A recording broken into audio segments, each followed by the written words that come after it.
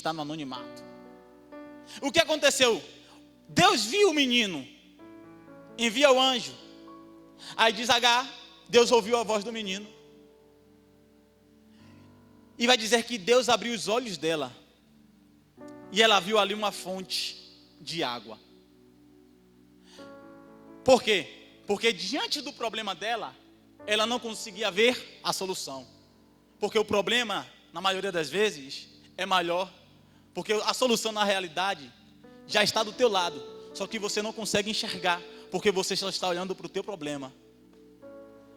Ela só olhava para o menino, falando, vai morrer, esquecendo que o nome dele é Deus ouve.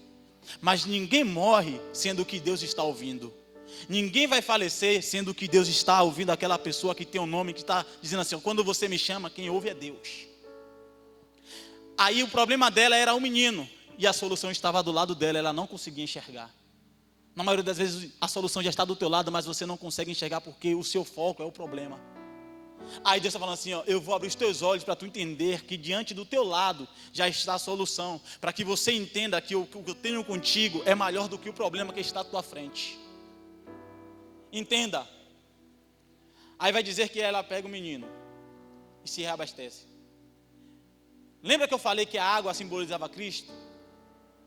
E quando a água acabou, ela parou. Só que mesmo parado, ela não morreu. Porque ela pensou que iria morrer, porque a água faltou. E todo mundo, quando falta Cristo, a tendência é morrer. Porque quando falta Jesus na vida de alguém, a tendência é morrer. Entenda bem. Faltou Jesus para ela. Só que Deus tinha a solução de dar Jesus para ela. Como assim? Deus mostrou uma fonte. Aí ele vai dizer, aquele que beber de mim jamais tornará a ter sede. Eu sou a fonte que jorra para a vida eterna. Quando ela volta a se reabastecer de Cristo, ela consegue caminhar. Ou seja, sem Jesus, quando Jesus acabou, ela parou. Quando ela se reabastece, ela volta a caminhar. Sem Jesus, você não anda. Sem Jesus, a gente não consegue chegar a lugar nenhum. Mas quando a gente tem Ele na nossa vida, a gente consegue caminhar. Aí Deus olha para Elias e diz, Elias, come pão e bebe água, porque é muito grande a caminhada. Elias come e volta a dormir. Novamente o anjo desperta ele e vai dizer, Elias, come pão e bebe água. Por quê? Porque se ele não come pão e nem bebesse água, ele não conseguiria caminhar o caminho que ele tinha que fazer para poder fazer aquilo que Deus tinha ordenado para ele. Se você não se alimentar daquilo que Cristo botou para você, você jamais vai conseguir fazer aquilo que Cristo determinou para você fazer. Por quê? Porque o projeto é se alimenta. Porque quem é fraco não consegue caminhar. A água acabou, ela parou. Mas quando ela se reabasteceu, ela voltou a caminhar. Aí eu falei, Senhor, o que é isso? Porque o povo, quando viu o maná, ele falou, o que é isso? Era novidade. Ela estava vendo o problema, Deus mostrou a solução. Deus não consegue ver problema, porque Ele é a solução dos teus problemas.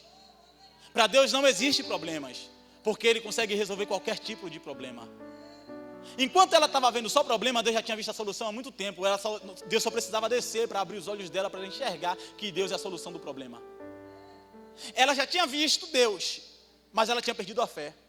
E ela esqueceu que ela estava morando com alguém que é pai da fé. Só que ela esqueceu disso. Ela se deixou levar pelo medo ou pelo problema. E muitas das vezes é assim, nós deixamos se levar pelo medo. E o medo, na maioria das vezes, é maior do que a solução que está do nosso lado. O medo dela era ver o menino morrer. Mas Deus tinha um projeto já preparado para ele. E ninguém morre para quem Deus tem projeto. Se Deus teve um projeto para o menino, então ele não pode morrer. Porque Deus disse para Abraão, Abraão, dele sairá uma descendência.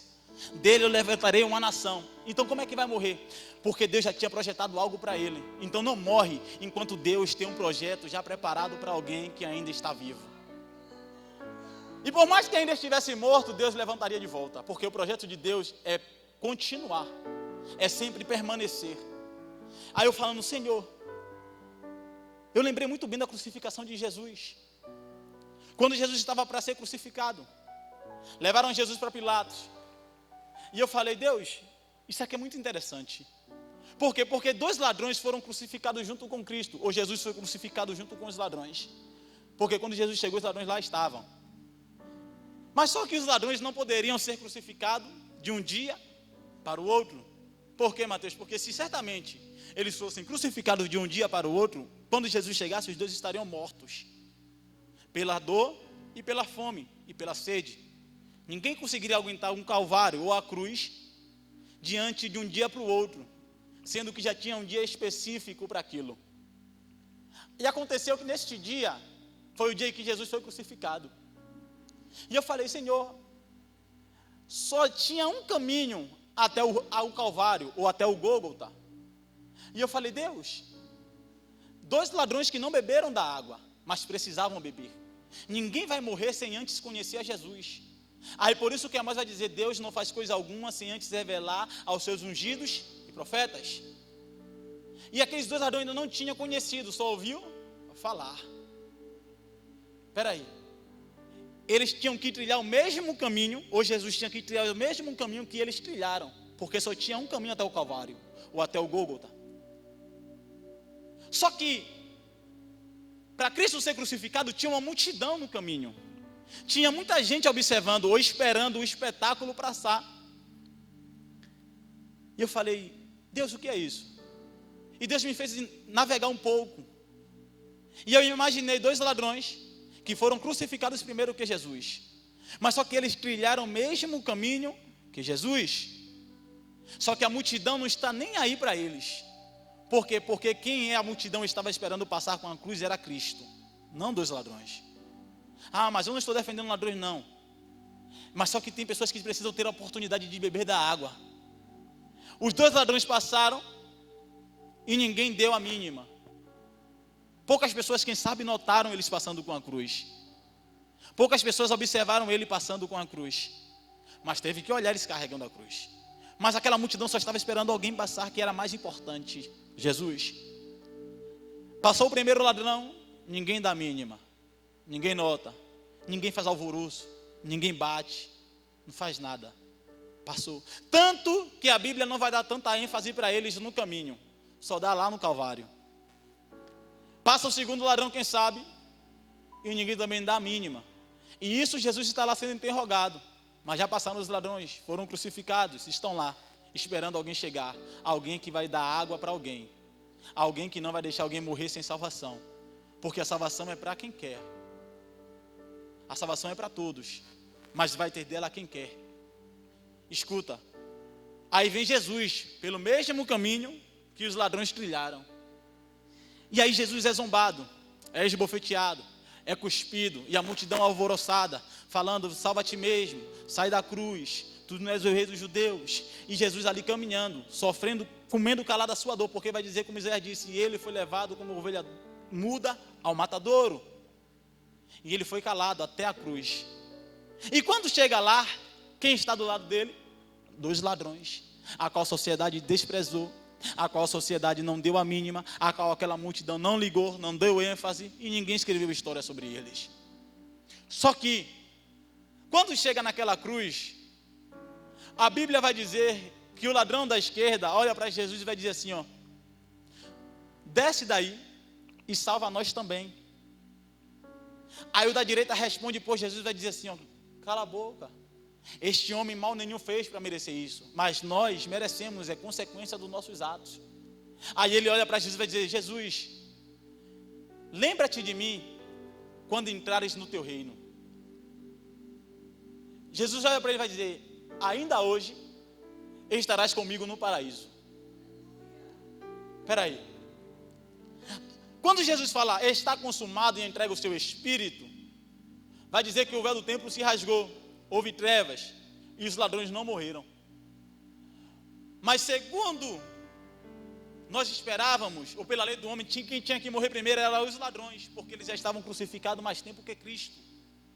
Isso seria lógica. Eles tinham que morrer primeiro e depois logo em seguida Jesus. Mas não, Jesus morre primeiro e eles continuam vivos. E eu falei, meu Senhor, por que isso aconteceu? Por que eles continuam vivos? Por que eles permaneceram vivos?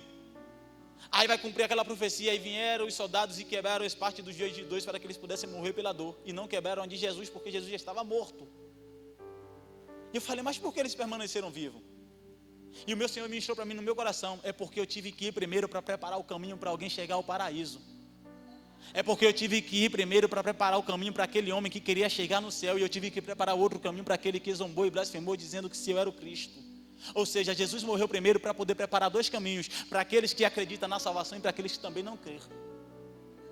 O caminho para aquele homem, quando ele morre, que quando ele morreu, aquele que pediu para ser salvo, quando ele morreu, quem sabe ele se depara com Jesus. Jesus disse assim: ó, vem, eu disse que você estaria ainda hoje comigo no paraíso. Jesus não tardou em levar ele, mas só que Jesus precisou ir primeiro para preparar o caminho. Aí Jesus disse: para onde eu irei, vós não podeis ir agora, mas irei preparar um caminho para vós. Ou seja, na casa de meu pai há muitas moradas, e eu irei preparar lugar para vós. Jesus subiu primeiro para preparar lugar para aqueles homens. Se coloca de pé para me encerrar.